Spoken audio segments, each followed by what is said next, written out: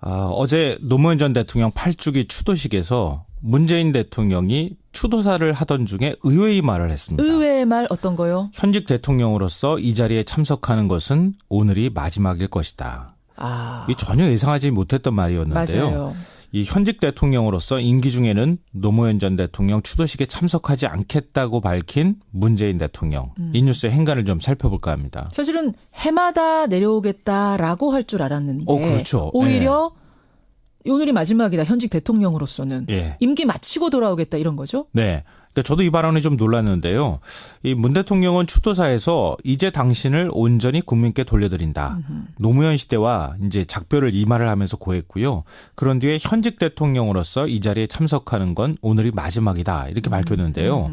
보통 이런 얘기를 지지자나 이 문재인 대통령을 열렬히 이제 응원했던 사람들 입장에서 듣는다면 대통령이 될 수 있도록 팍팍 내가 그동안에 밀어줬더니 막상 대통령에 당선되니까 태도가 싹 바뀌는 거 아니야? 봉화 안 온다네? 뭐 이러면서? 네, 서운하네? 이런 서운하네? 생각이 들 수 있다는 거죠. 근데 어제 분위기는 완전히 달랐습니다.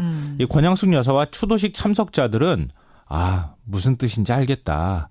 오히려 공감하는 분위기였고요. 그래요. 국민 모두의 대통령이 되어서 성공한 대통령이 돼서 다시 내려오시라 이렇게 응원하는 분위기였습니다. 자, 현직 대통령으로서 노무현 대통령 추도식엔 참석하지 않겠다는 선언. 이 뉴스의 행간 이면에는 뭐가 숨어 있습니까? 첫 번째 인간은 참외밭에서 신발끈 묶지 않겠다입니다. 그 속담은 왜 나오나요? 이 참외밭에서 신발끈 고쳐 묶으면 혹시 참외 소리 하려는 거 아니야? 이렇게 오해를 하거나 뭐 그럴 수 있지 않겠습니까? 그런 얘기죠. 근데 노무현의 친구, 노무현의 비서실장 출신 대통령이 이 대통령이 당선된 뒤에도 매년 봉화마을 내려가면 국민들이 어떻게 생각할까요? 국민 통합 대통령이 되려는 의지가 없구나. 자기 편만 바라보는 반쪽 대통령이 되려는 거 아니야? 이래 오해하는 사람들이 생길 수 있다는 말입니다. 자기 편만 챙기는구나. 네. 이런 느낌. 그러니까 문재인 대통령은 그런 오해의 소지를 아예 없애버린 거죠. 예. 그러니까 아예 참외밭에도 안 가겠다 이런 얘기를 한 거나 마찬가지인데요. 문재인 대통령의 이런 모습은 취임과 함께 양정철, 이호철 이 최측근이 이 손으로 물러난 것과도 관련이 있습니다. 그래요? 사실 문 대통령 입장에서 그동안 굉장히 힘든 시간들을 같이 보냈던 측근들 아무래도 중용하고 싶었겠죠. 대통령이 그렇죠. 당선됐는데. 네. 그렇지만 눈물을 머금고 인사해서 배제를 했고요. 당사자들을 스스로 이제 곁을 떠나겠다고 선언을 했습니다. 예. 왜 그랬겠습니까? 대통령 주변에 이런 측근들이 남아있으면 이거 패권주의 계속하는구나. 역시 측근 정치하려는 거구나. 이런 말이 안 나올 수가 없다는 걸 잘 알고 있었다는 거죠. 또 하나의 문고리 3인방 되는 거 아니야? 뭐 이런 얘기. 그렇죠. 아무것도 안 해도 그런 오해를 받는다는 겁니다. 그러니까 그런 오해의 소지를 지금 차단하고 있다 이렇게 볼 수 있는데요. 예. 이 사정이 이쯤 되니까 국민의당 동계 인사들 사이에서 분위기가 좀 심상치가 않아요. 어떻게요? 더 이상 패권주의가 안 보이니까 그냥 우리 민주당하고 합치면 어떨까? 이런 얘기가 지금 나오고 있는 상황입니다. 국민의당의 동계 인사들, 그러니까 원로들 뭐 이런 분들 그렇죠. 중심으로 민주당이랑 다시 합치자 이런 얘기가. 예. 그래요. 자, 임기 마친 후에야 난 추도식 나오겠다라고 선언한 이 선언 두 번째 행간 뭡니까? 두 번째 행간은 장하성, 이정도, 윤석열 인사가 범상치 않아 보인다입니다. 장하성 청와대 정책실장, 이정도 총무비서관, 윤석열 서울중앙지검장. 이들 인사의 공통점이 뭘까요?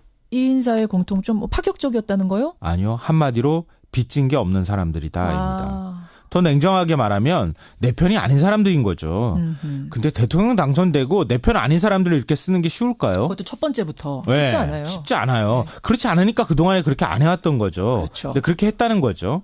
그러니까 장하성 교수는 오히려 경쟁자였던 안철수 캠프에서 국민정책본부장을 맡았던 인사잖아요. 예. 브레인 역할을 했습니다. 네, 윤석열 검사는 별명이 강골 칼잡이라고 하죠. 예. 이 제일 칼 잘 쓴다고 이렇게 검찰 내에서도 얘기한다고 하는데요. 사람에 충성하지 않기로 유명한 사람입니다. 박근혜 편도 아니지만 그렇다고 문재인 대통령 편도 아니라는 거죠. 예. 오히려 참여정부 시절에 가혹하게 수사를 해서 노무현 대통령 측근이었던 강금원 회장하고 안희정 충남지사를 구속까지 시킨 인물입니다. 노무현 편도 박근혜 편도 문재인 편도 아닌 사람. 네, 오히려 자기 편을 향해서 칼을 휘둘렀던 사람인데 이런 사람을 서울중앙지검장으로 발탁을 했다는 거죠. 그렇군요. 왜 그랬겠어요? 개혁, 혁신, 통합에 도움이 된다면 탕평 인사할 수 있다. 적폐청산도 중요하지만 껴안는 정치. 오해받지 않는 정치도 중요하게 생각하고 있다. 이걸 보여주려고 하는 것이죠. 상징적인 행동이다 이 말씀이세요. 맞습니다. 세 번째 인가는 뭡니까? 마지막 세 번째 인가는 오늘부터 중간고사가 시작된다입니다.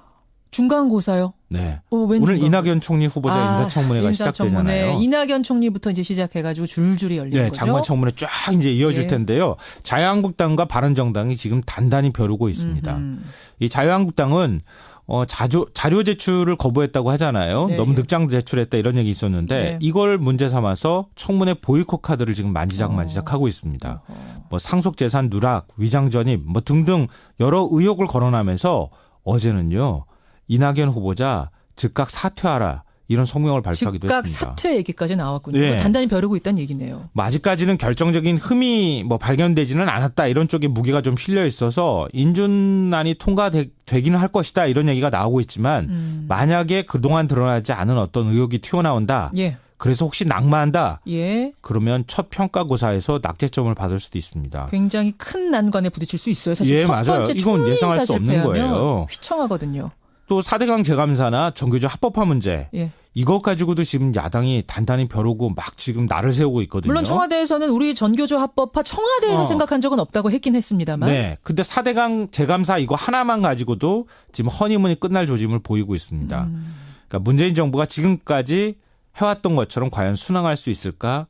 아마 오늘부터 실시되는 중간고사 성적표를 예. 보면 아시게 될 것 같습니다. 여기까지 오늘의 행간 김성환 씨 수고하셨습니다. 네, 고맙습니다.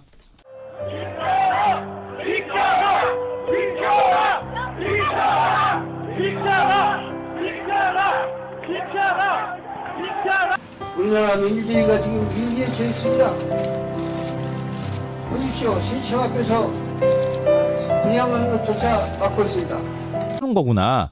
이런 말이 안 나올 수가 없다는 걸 잘 알고 있었다는 거죠. 또 하나의 문고리 3인방 되는 거 아니야? 뭐 이런 네, 얘기. 그렇죠. 아무것도 안 해도 그런 오해를 받는다는 겁니다. 그러니까 그런 오해의 소지를 지금 차단하고 있다 이렇게 볼 수 있는데요. 예, 예. 이 사정이 이쯤 되니까 국민의당 동계 인사들 사이에서 분위기가 좀 심상치가 않아요. 어떻게요? 더 이상 패권주의가 안 보이니까 그냥 우리 민주당하고 합치면 어떨까? 이런 얘기가 지금 나오고 있는 상황입니다. 국민의당의 동계 인사들, 네네. 그러니까 원로들 뭐 이런 분들 그렇죠. 중심으로 예. 예. 건너거 민주당이랑 다시 합치자 고문이네. 이런 얘기가. 예. 아, 그래요. 자, 임기 마친 후에야 난 추도식 나오겠다라고 선언한 이선언 두 번째인가 뭡니까? 두 번째인가는 장하성, 이정도, 윤석열 인사가 범상치 않아 보인다입니다. 장하성 청와대 정책실장, 이정도 총무비서관, 윤석열 서울중앙지검장. 이들 인사의 공통점이 뭘까요? 이 인사의 공통점 뭐 파격적이었다는 거요? 아니요. 한마디로 빚진 게 없는 사람들이다입니다. 이 대통령이 당선된 뒤에도 매년 봉하마을 내려가면 국민들이 어떻게 생각할까요? 국민 통합 대통령이 되려는 의지가 없구나. 자기 편만 바라보는 반쪽 대통령이 되려는 거 아니야? 이래 오해하는 사람들이 생길 수 있다는 말입니다. 자기 편만 챙기는구나. 네. 이런 느낌. 그러니까 문재인 대통령은 그런 오해의 소지를 아예 없애버린 거죠. 예, 예. 그러니까 아예 참여밭에도 안 가겠다 이런 얘기를 한 거나 마찬가지인데요. 문재인 대통령의 이런 모습은 취임과 함께 양정철, 이호철 이 최측근이 이 이선으로 물러난 것과도 관련이 있습니다. 그래요? 사실 문 대통령 입장에서 그동안 굉장히 힘든 시간들을 같이 보냈던 측근들 아무래도 중용하고 싶었겠죠. 대통령이 그렇죠. 당선됐는데. 네. 그렇지만 눈물을 머금고 인사해서 배제를 했고요. 당사자들을 스스로 이제 곁을 떠나겠다고 선언을 했습니다. 예. 왜 그랬겠습니까? 대통령 주변에 이런 측근들이 남아있으면 이거 패권주의 계속하는구나. 역시 측근 정치하려 더 냉정하게 말하면 내 편이 아닌 사람들인 거죠. 근데 대통령 당선되고 내 편 아닌 사람들을 이렇게 쓰는 게 쉬울까요? 그것도 첫 번째부터 네, 쉽지 않아요. 쉽지 않아요. 네. 그렇지 않으니까 그동안에 그렇게 안 해왔던 거죠. 그렇죠. 근데 그렇게 했다는 거죠. 그러니까 장하성 교수는 오히려 경쟁자였던 안철수 캠프에서 국민정책본부장을 맡았던 인사잖아요. 예, 브레인 역할을 했습니다. 네, 윤석열 검사는 별명이 강골 칼잡이라고 하죠. 예. 이 제일 칼 잘 쓴다고 이렇게 검찰 내에서도 얘기한다고 하는데요. 사람에 충성하지 않기로 유명한 사람입니다. 박근혜 편도 아니지만 그렇다고 문재인 대통령 편도 아니라는 거죠. 예. 오히려 참여정부 시절에 가혹하게 수사를 해서 노무현 대통령 측근이었던 강금원 회장하고 안희정 충남지사를 구속까지 시킨 인물입니다. 노무현 편도 박근혜 편도 문재인 편도 아닌 사람. 네, 오히려 자기 편을 향해서 칼을 휘둘렀던 사람인데 이런 사람을 서울중앙지검장으로 발탁을 했다는 거죠. 그렇군요. 왜 그랬겠어요? 개혁, 혁신, 통합에 도움이